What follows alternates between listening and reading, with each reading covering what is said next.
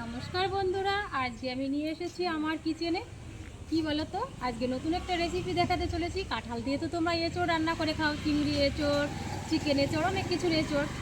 আমি রান্না করব, আজকে বানাবো আমার রেসিপি কাঁঠালের বড়া, পাকা কাঁঠালের বড়া। এটা কাঁঠালটা পেকে গেছে, তাই দিয়ে আমি কাঁঠালের বড়া কি করে বানাই সেই রেসিপিটাই তোমাদের সামনে আজকে শেয়ার করব।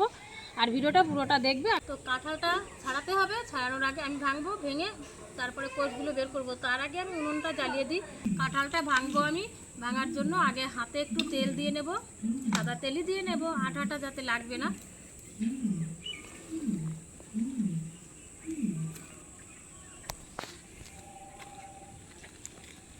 কাঁঠালটা খুবই মিষ্টি হয়, আমাদেরই গাছের কাঁঠাল। দেখো কাঁঠালের কোষগুলো কত সুন্দর হয়েছে, একেবারে গোল গোল, খুবই মাংস ভরা। কাঁঠালটা ভাঙছি আমি, দেখো কত বড় বড় কোষ হয়েছে, একদম ভুসড়ো নেই কাঁঠালে। আর কাঁঠালটা প্রচণ্ড মিষ্টি।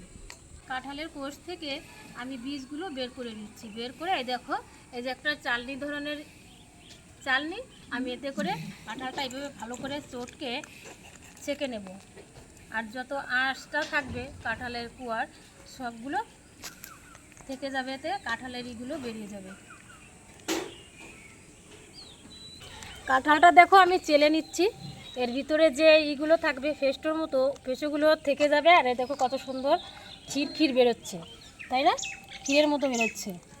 দেখো কাঁঠালগুলো কত সুন্দর হয়ে যাচ্ছে, একটু নরম কাঁঠাল হলে ভালো হয়।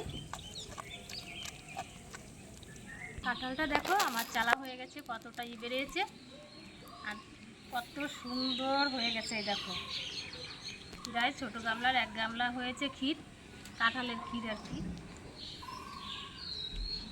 আমি এখন ময়দা দিয়ে মেখে নেব, এর সঙ্গে চিনিও দেওয়া যায়, মিষ্টি খুব কাঁঠালটা একটু কম লাগবে মিষ্টি। কড়াটা তেতে গেছে, আমি তেল দিয়ে দিচ্ছি, সাদা তেল, সয়াবিন তেল।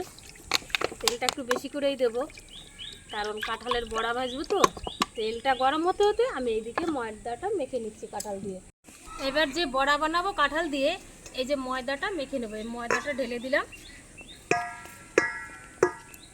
আর এই যে কাঁঠালটা ছেঁকে নিয়েছি, দেখো কতটা ক্ষীর হয়েছে কাঁঠালের।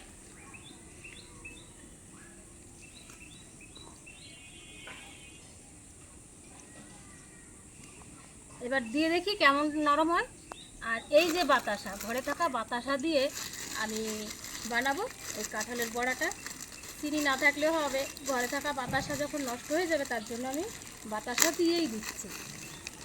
এবার সব থেকে আসল মশলা কি রান্নার বলো তো? নুন। নুন না দিলে যতই ভালো করে রান্না করো বন্ধুরা, একটুও স্বাদ হবে না। এইবার এই বড়ার ভেতরেও, বড়ার আটাটা মেখেছি, ডোটা করেছি, এর ভেতরেও নুন দিতে হবে একটু। আমি স্বাদ মতো নুন দিয়ে নিচ্ছি। আমার ময়দা মাখা হয়ে গেছে কাঁঠাল দিয়ে, তেলটাও গরম হয়ে গেছে, আমি নুনটা ভালো করে মিশিয়ে নিলাম। তেল তেতে গেছে, আমি বড়াগুলো আস্তে আস্তে তেলের ভিতর ছেড়ে দিচ্ছি।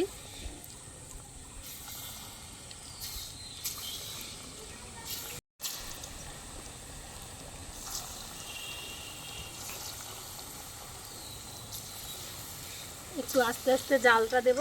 বড়াগুলো কত ফুলে উঠেছে দেখো, আমি খুন্তি দিয়ে একটু নেড়ে চেড়ে দিচ্ছি। লাল লাল হয়ে গেছে কিছু বড়া, জালটা একটু আস্তে আস্তে হবে।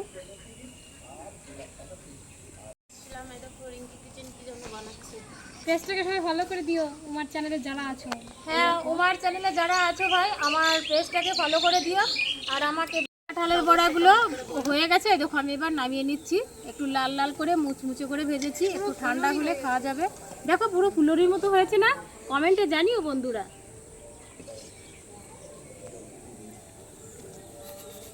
বড়া আমাদের কমপ্লিট, কাঁঠালের বড়া কেমন লাগছে সবাই বলো কমেন্ট করে।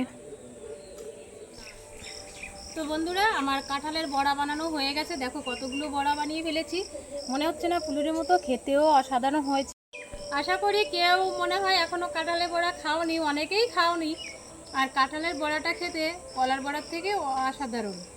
আর এইভাবে তোমরা বানিয়ে খেয়ে দেখবে। আর পুরো ভিডিওটা দেখো, আমার পাশে থেকো, লাইক কমেন্ট শেয়ার অবশ্যই করবে। নমস্কার।